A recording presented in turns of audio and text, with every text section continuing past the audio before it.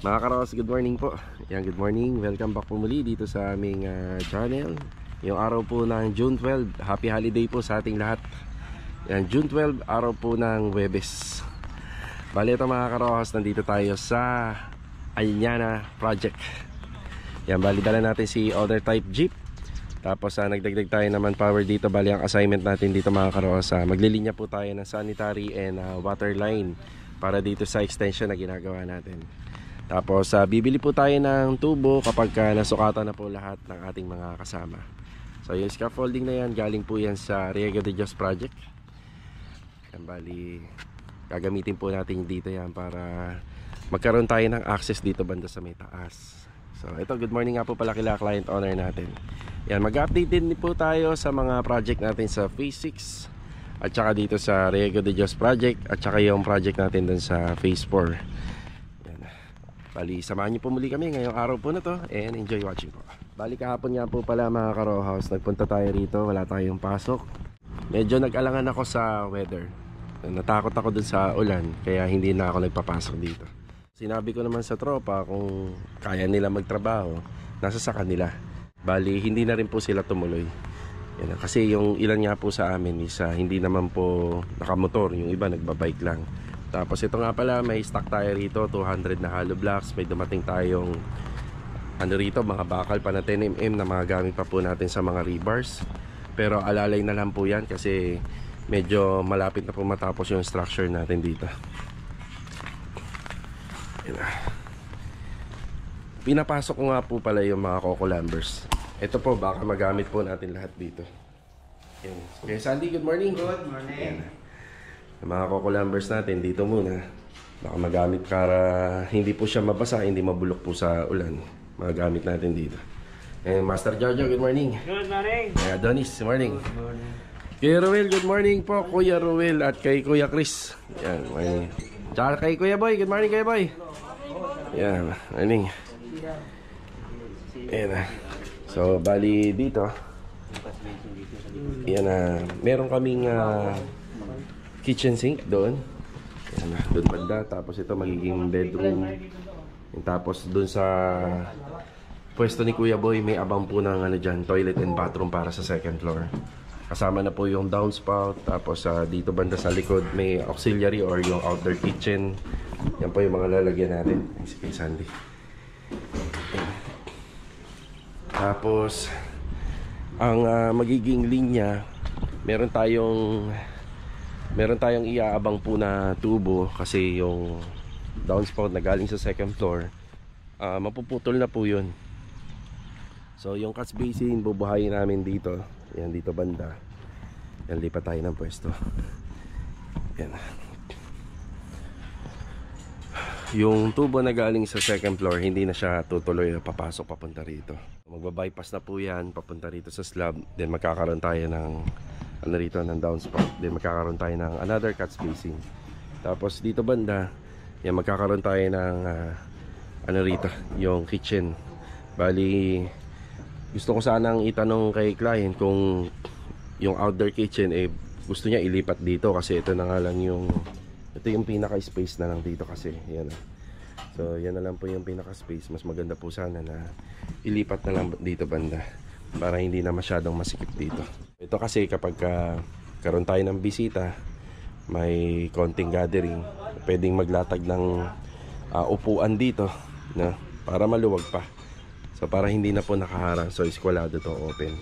Hindi naman ganun kalaki yung kanilang kitchen, outdoor kitchen na ilalagay dito sa labas. Enough na siguro tong space na to. Lagpas ng 120 to. Lagpas 120, so siguro mga nasa 170 or 180. Tatlong tiles din. Ito, itutuloy po nila yung paglalatag ng tie beam dito. Tapos itong pader. Yan, pwede na po yung sinsilin para maipalabas yung mga anilyo nitong existing building. Para dyan tayo kakapit ng mga rebars natin. Yan. Yan, sa buhangin, alalay lang kami. Baka sa mga susunod na araw po, yan, magdadagdag tayo rito ng tao para sa buhos. Medyo malaki-laki rin tong bubuhusan dito. Yan, ang gagamitin niya po pala namin dito is steel decking. Yan dito, steel deck. Tapos itong setback na to, ayan, nakikita nyo bakit magkahiwalay yung, nagkaroon pa kami ng another na biga rito, naghiwalay sila. Yan po ay setback na. So setback na po natin yan. Bali ito po ay long span yung gagamitin.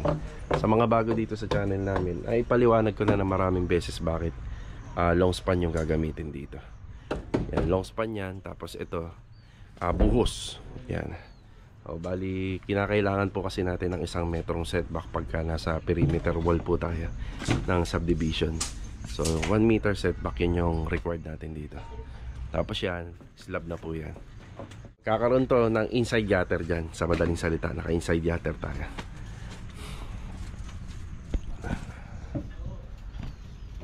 Yan, tapos dito lintel beam, schedule for window. Yan, medyo malaki-laki na tong window natin dito.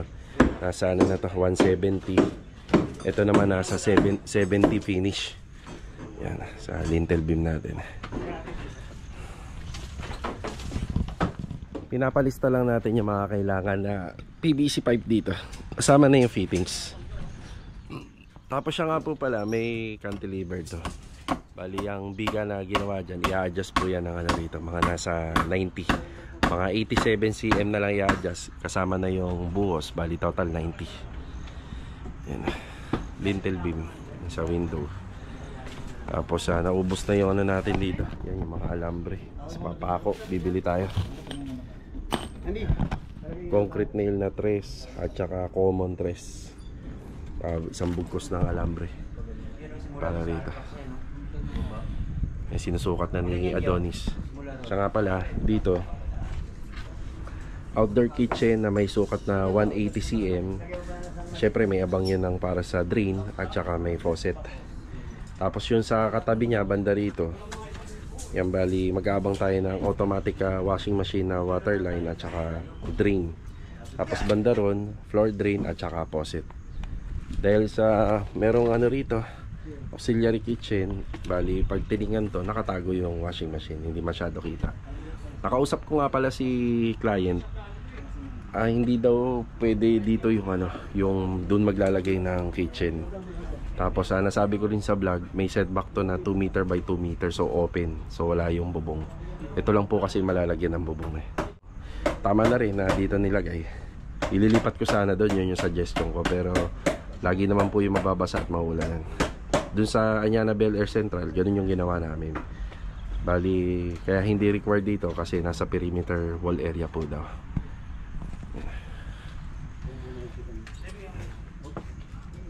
Akin na doon, bili-bili na natin yan. Solvent, nilagay mo? Sige. Okay. Yan. Pati heater, bibili na lang ako sa labas. Yan, lalabas po muna tayo para sa materyales.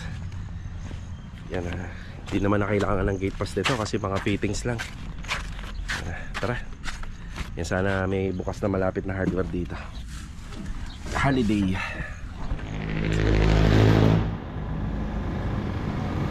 Yan, dito tayo sa warm zone. Ito yung pinakamalapit na hardware dito sa Anyana. Yung may project rin kami dito sa Bel Air Central, madalas dito rin kami bumibili. Ito na yung mga pinamili natin. PVC pipe, Neltex.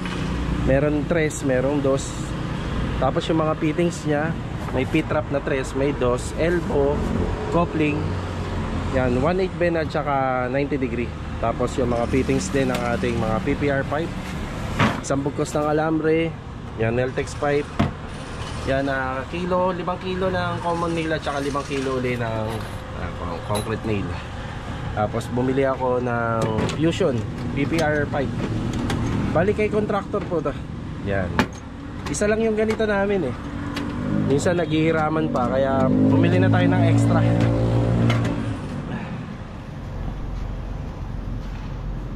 Tapos yung PPR pipe na 3/4. Yan. Hi guys! Welcome to my vlog! Yun no. Shoutout kay kuya. Kaway-kaway kayo dyan, Ayun, love! so 3/4 yung ginamit sa niya na kaya naka 3/4 tayo. Doon na lang po kuya. Okay, balik na po tayo sa Anyana. Ito yung mga pinamili natin. Yun o.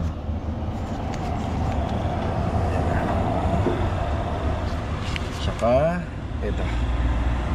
Parang nasa ano rin, nasa kulang-kulang 10,000 din po ito. Tara. Okay na muna tayo rito.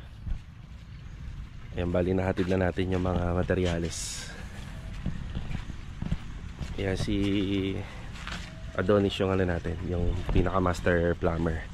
Kaya siya yung ano rito, naka duty. Yung gagawin namin dito, bali parang layout at saka plano lang para sa floor drain, sewer, sanitary, tsaka water line. Yung para dito lang muna, pero yung para dito sa harapan yan, saka na po yan. Yan na.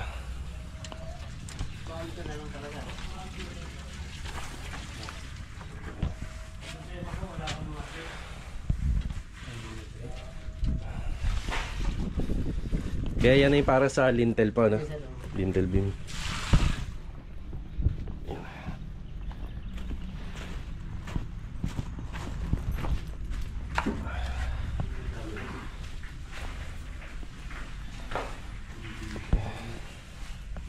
Kaya ito yung pako. Nandito na.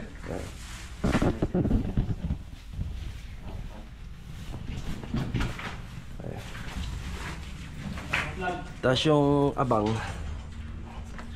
Yung abang po para sa ano, sa dito. Kasi magkakaroon ng TNB dyan sa taas. Dito namin ilalagay. Yan sa gilid.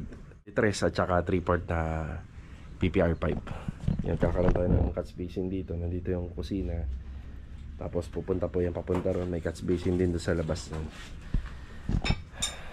Yan, ito na muna yung update dito sa Anyana East. Yan, pwede na natin silang iwanan. Yan, tigisa na sila ni Louie. Yan, sila lang naman lagi gumagamit yan eh. Bago sa'yo doon, no? Bago. Huwag mo kagad lulumain doon. Bagong bago yan eh. Okay, tara. Nasa phase 4 naman tayo ngayon. Ayan, good morning kila Ma'am Rulida and family. Ito na nga po pala yung pinagawa natin kay Louie. Ayun oh. Wow, ganda na Louie. Ang ganda na. Ayan, bubutasan na lang po para dito sa ating barrel bolt ng gate. Ang ganda. Tapos ayan, makikita nyo, may pasobra na ako para kung sakali. Diba? So, dito na yung ating clean out. Floor drain. Ayan, floor drain. Tapos, para po ito sa, ano po ito yung sa automatic washing machine. Ayan. Yung mga faucet na. Yan, mas napaganda pa nga po kung tutuusin. Napalitan. Yan, Louie, good morning. Good morning. Yan. Tapos dito si Master Jojo. Yun oh, may ilaw na. Ito ang ating floating shelves. Tapos ito yung air vent natin. Kakabit na lang. Magkakabit nito sila Master Ryan. Yan, babalik po sila rito para sa finishing retouching. Tapos si Kuya Dindo, may ilaw rin. Si Kuya Dindo po may pwesto rito bukas. So pang turnover na po natin to. Pang turnover. Ganda. Kaya wala naman po siyang tulo na nag-uulan-ulan, walang leak.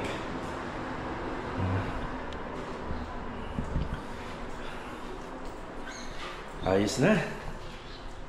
Wala na problema. Wala na problema. Natapos na lahat ng problema. Louie, kargarin natin yung ano, yung mga putol-putol na tiles.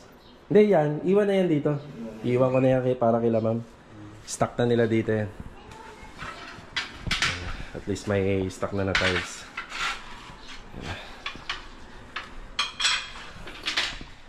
Ayos.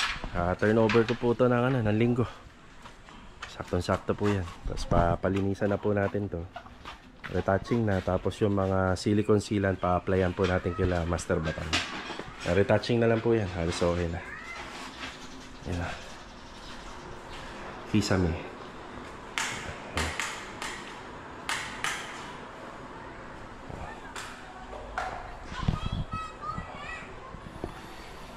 Paganda pa yung tiles. Tara.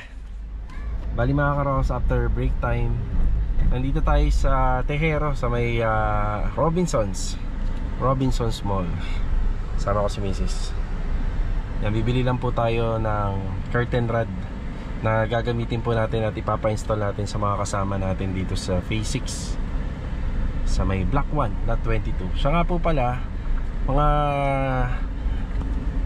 ngayong oras po na to, bali kinakabit na po nila Master Batang yung sa aluminum cabinet, yung para sa overhead dun sa kusina. Mamaya magbibigay po tayo ng update dun. After lang namin dito, dadaan ulit tayo sa Anyana project, tapos dediretso tayo ng Riego de Dios. Ayan. So ito, bibili lang muna tayo ng curtain rod.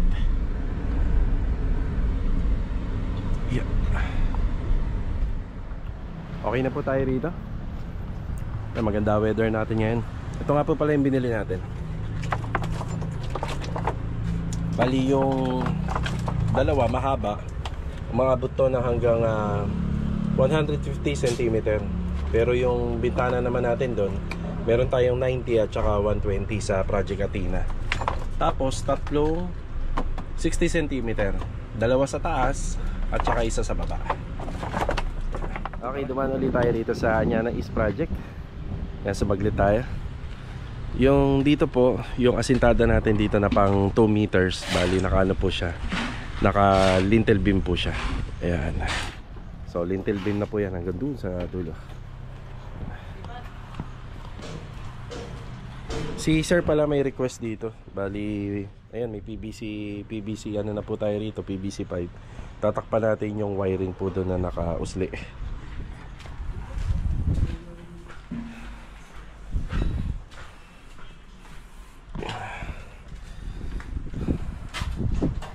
Tapos yung rebar dito, yung parang pinaka-diga niya, ina-adjust na po namin ng nasa 87 cm or 85. Pwedeng 85, pwedeng 87.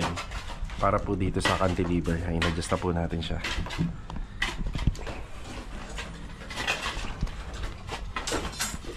Yeah. Saan tayo magkakaroon doon ng ano? Gas basin dito, ano? Yan, gas basin. Dalawa sa labas. Dalawa sa labas, okay. So yung pinaka-abang natin para sa magiging setup nito balang araw, yan, magbaba na po kami dyan ng tubo na ditres plus sa water line pa na PPR pipe. Yan na. So ito lang po muna yung update natin dito. Yan na. Yun dito nga po pala, sadyang open lang po muna yan. Yan, sadyang open lang muna para makakagalaw sila ng maayos. So ito, nabuhusan na rin sa lintel beam natin sa bintana. Tapos may karagdagang binili si Adonis. Yan. Ayos na? Pwede mo ilagay natin sa inyo. PPR elbow pa. Dagdag ka. At saka yung ano? Yung ano sir, yung dito nagsama yun. Plug. Sige. Pwede sir, ganito lang natin yung ano. Ito? O, ganyan ang ganito. Itong mapuputol dito. Ganito. Ganyan lang natin. Pwede rin. Pwede rin. Para malakas ang presyo pagka ganito eh. Oo. At mga ganyan lang may ilabas natin dyan. Yung sa pinaka-LB niya, kahit mga ganito, 3-4 to. Sige. Mas malakas yung ano. Yun na yun, yung paakyat sa taas. Okay, sige. Yan, mas maganda nga yan. Media. So ito, kung ano, mag-iwan na lang uli ako bukas. Okay na po tayo rito. Nag-iwan na lang ako ng fund kay Adonis kung sakaling ano, siya natatakbo doon sa hardware. Yan. Tara, sa Riego de Dios tayo. Dito naman tayo sa Riego de Dios project natin. Ayan, magandang araw nga po pala kila sir and ma'am. So maganda na weather natin ngayon. So ako magtutuloy-tuloy ito. Yan. Magtutuloy-tuloy na rin po yung pagbabakod natin dito. Si Kuya Alden nga po pala wala kahapon, pero eto nakapasok na siya ngayon. Ay tinutuloy na natin yung grills dito. May mga materyales pa tayo. Tapos nagpa-deliver tayo ng isang buhangin. So hanggang dito na lang po muna tayo sa buhangin, kasi para mapabistay po natin lahat dahil nauubos na rin po yung mga huling binistay natin. Yan, daming palitadahin.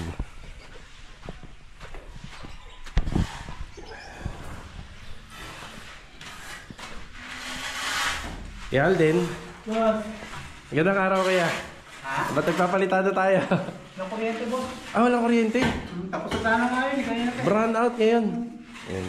Good afternoon, Marvin. Good afternoon. Wala tayong kuryente. Sige, hindi ko napansin. Si Domi, good afternoon. Ayan. Palitada natin dyan, kuya. Sige ha. Tiyan-tinang kumikinis yung bahay. Semento, tata ako. May dumating pala tayong simento, Vina. Ayun. Basta na? Saan dumating? Ilan pa lang ito? Dito na nabababa. Ayan, meron tayong pina-order na simento pero iilang piraso lang yung dumating. Nasa 45 bag yan eh. 45 bag muna. Pero bakit konti na? Siguro naubusan sila ng simento. Ihahabol na lang. Di bali, marami pa naman yan eh. Madami-dami pa tong simento rito. Sa taas din.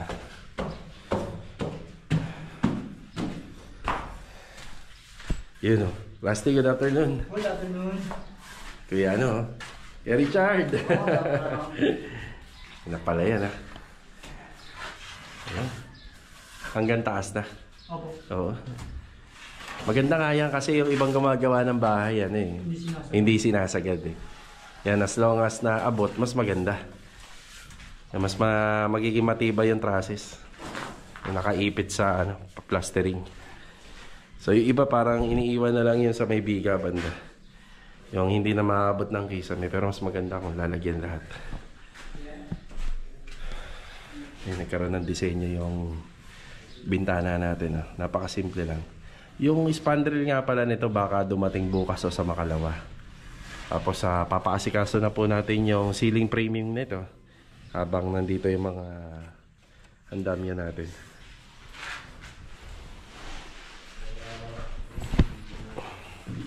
Yan, nawalan pala ng kuryente kaya hindi nila tinutuloy. Pero sila kuya naman yan pwede magpalitada. Yun lang, walang kuryente ngayon. Brown out sa Riego de Dios. Brown out.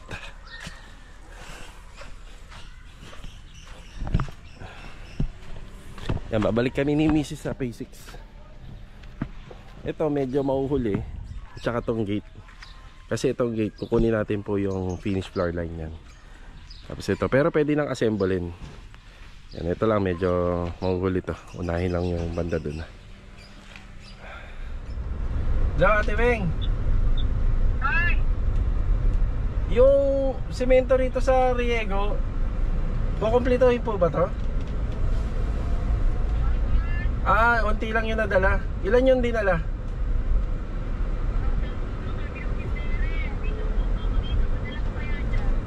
Kung bukas na lang ng umaga, alanganin na.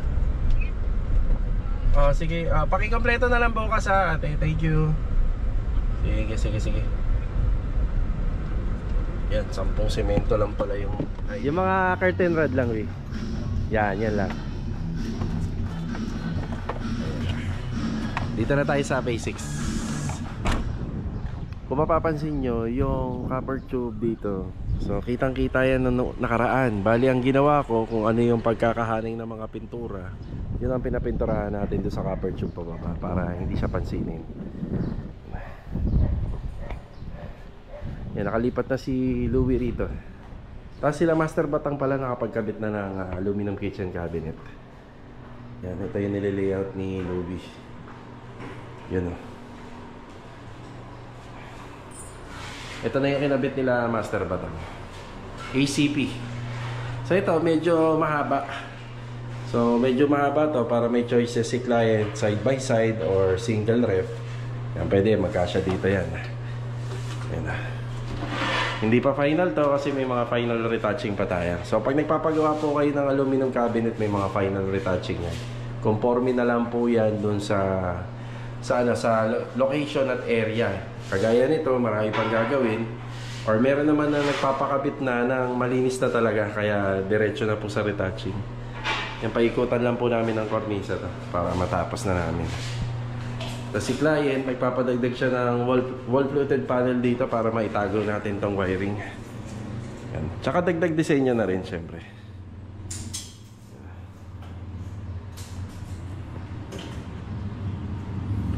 Cabinet. Papalagay pa si client ng ilaw yan dito sa ilalim. Tapos ito, mauhuli na. Papatapos po muna natin to para isang gawaan na lang. Ito yung binili natin na tiles. Parang kagaya to dun sa ginawa din ni Louie dun sa pastry. Tapos yung pinakadulo niya, may stopper.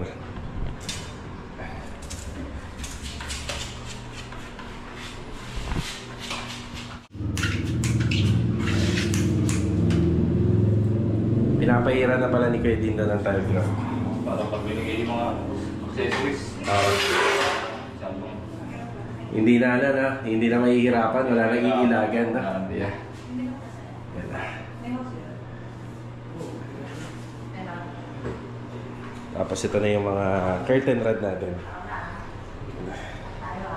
So ito sukat niya sa 120. Tapos dito, meron tayo isang maliit na window rito. Yan. 60. Tapos dalawa sa taas, tapos yun nandito 90. Yan, sakto 5 piraso.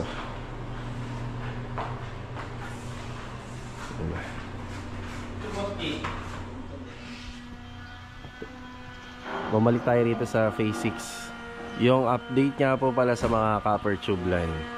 Baka hindi na ipalagay ni client yung parang pinaka-cover ng copper tube. Yung tinatawag nilang cladding or yung pang moldings nila. So baka na hindi na po ipakabit ni client. So ang mangyayari na lang, yung kulay puti na cover ng copper tube, bali kukulayan na lang po namin yan ng kakulay po according po sa lining ng pader. Yan. Yan, may cover muna yung mga aircon natin dyan. Tapos dito tinutuloy lang naman yung installation ng tiles. Yan. Konti na lang. Tapos yun dun banda, lagi naming binabakante yun. Yan, para pagka binaklas po yung pinakahamba ng pinto, tsaka pag nagkabit, may ilalagay pa natin sa alignment.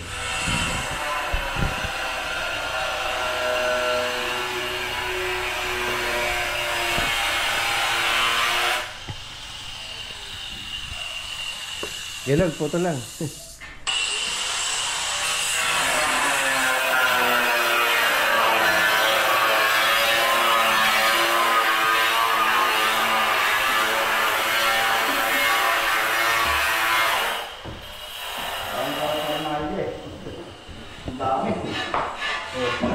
Ayan. Basta yung ano dyan. Cabinet.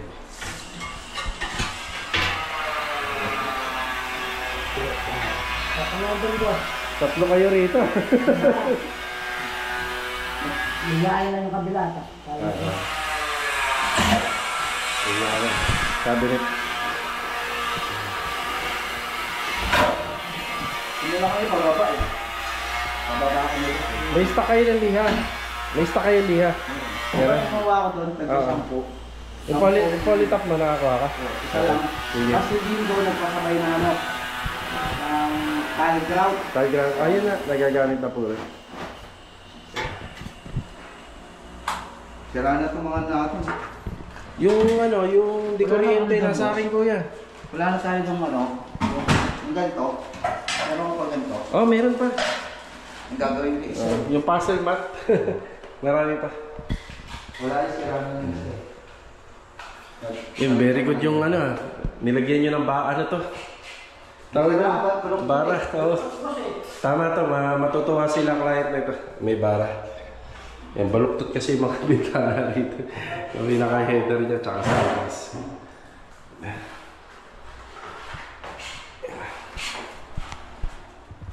Bali mga karos, hanggang dito na lang po muna yung vlog natin ngayong araw po ng Webes. Ayan, pahapon na shoutout kay Ma'am Veronica de la Cruz at saka kay Sir Jerome de la Cruz, Ma'am Bikutan City. Maraming salamat mga karosa. Walang sawa niyo po suporta dito po sa aming channel. Maraming salamat sa pagbisita. So paano? Kita-kita na lang po ulit for the next video. So paalam po muna.